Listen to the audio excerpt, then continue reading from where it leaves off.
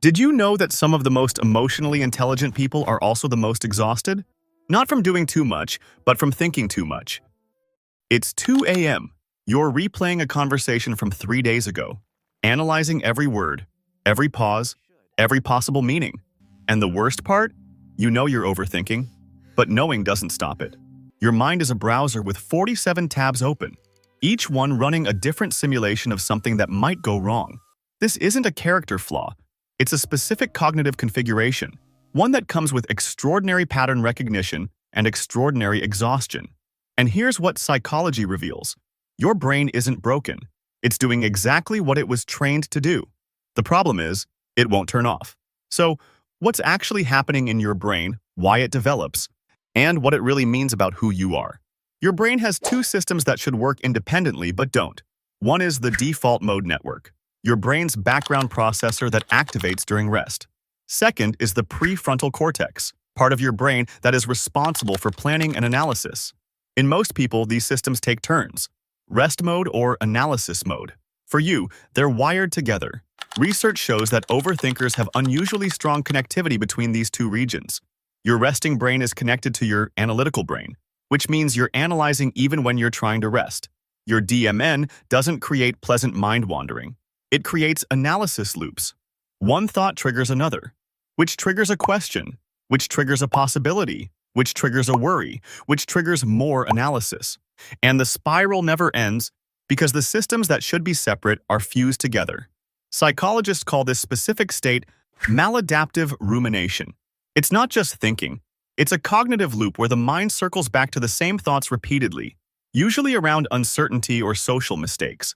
Studies from Yale and Michigan show that people who ruminate aren't weak. They actually have higher pattern recognition. Your brain is scanning for meaning, but it never gets the signal to stop. For some people, this wiring was always there, born with high processing speed and low filtering capacity. But for most overthinkers, this is learned. It's an adaptation, a survival strategy your nervous system developed when the world felt unpredictable. Maybe you grew up where moods changed without warning, where you had to read the room constantly just to feel safe, where the wrong word could detonate an argument. Your brain learned a logical strategy. If I can predict it, I can prevent it. If I analyze every angle, I won't be surprised.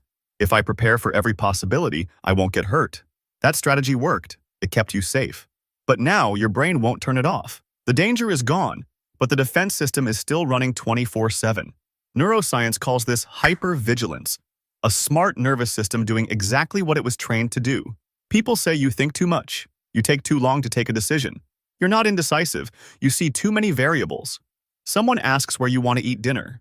Simple question, but your brain immediately calculates. Do they actually want my opinion? If I suggest the expensive place, will they think I'm inconsiderate? If I suggest the cheap place, will they think I'm cheap? What if they hate my suggestion? 5 minutes later, you still haven't answered. Not because you don't know what you want, but because you're trapped analyzing the social implications of every possible choice. Or someone asks you to reschedule plans. A normal person types, "Sorry, can we reschedule?" and hits send in 9 seconds. You open the message, write that, reread it. Decide sorry implies you did something wrong.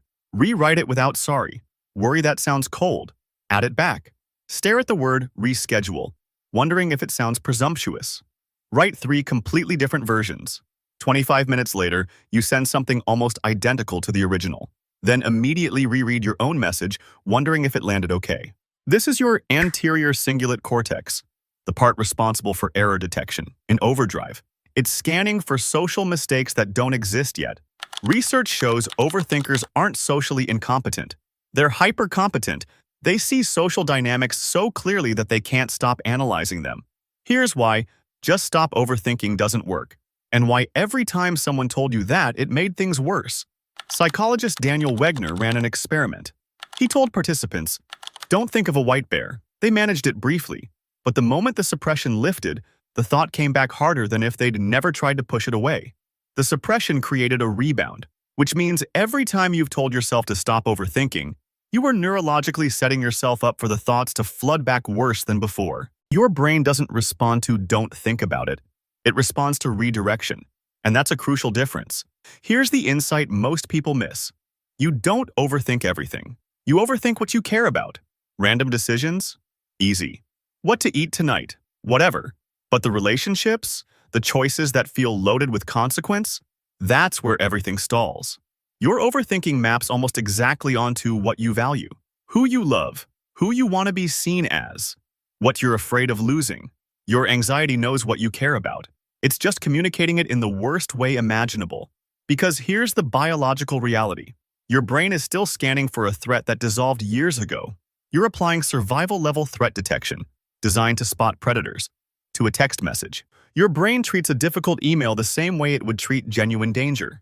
Maximum analysis, maximum preparation, maximum stress. Studies show chronic overthinkers have elevated baseline cortisol, not because their lives are more stressful, but because their brains interpret normal situations as threats requiring constant vigilance. People think you're calm because you're quiet. They don't realize you're quiet because you're exhausted. Your brain has been running analysis programs all day, processing conversations, predicting outcomes, calculating variables, replaying interactions. While others use mental energy for tasks, you're using it for metaprocessing, thinking about what you're thinking, analyzing why you're analyzing, questioning your questioning. The cognitive science shows that metacognition is one of the most energy-intensive mental processes, and you're doing it constantly. You can sleep 8 hours and wake up tired because your brain was processing dreams, analyzing why you had them, wondering what they mean. So what you can actually do. You can't stop thinking, but you can change what you do with the thoughts. The thought labeling technique. When your brain starts spiraling, label it. That's the prediction loop. That's the analysis spiral. That's the catastrophizing pattern. You're not stopping the thought, you're naming it, and naming creates distance. You move from being inside the thought to observing it. The 2-minute rule. If you've been thinking about something for more than 2 minutes without reaching a conclusion, you're no longer problem-solving. You're ruminating. Set it down. Not forever. Just for now. Your brain will return to it. But giving it a break interrupts the loop. The action bias. Overthinking thrives in inaction. Your brain keeps analyzing because there's no new data. Do something. Send the email. Make the decision. Have the conversation. Not because you've figured it out perfectly, but because action generates new information.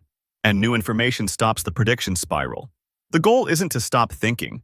It's to stop drowning in it. You'll always process deeply. But you can choose whether to get trapped in the processing or move through it. You're an overthinker.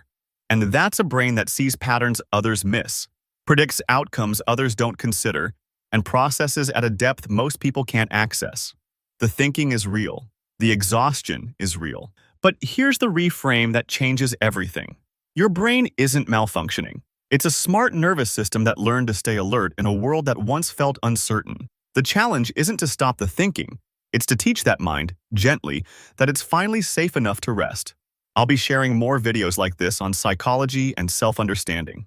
Subscribe if this content resonates with you.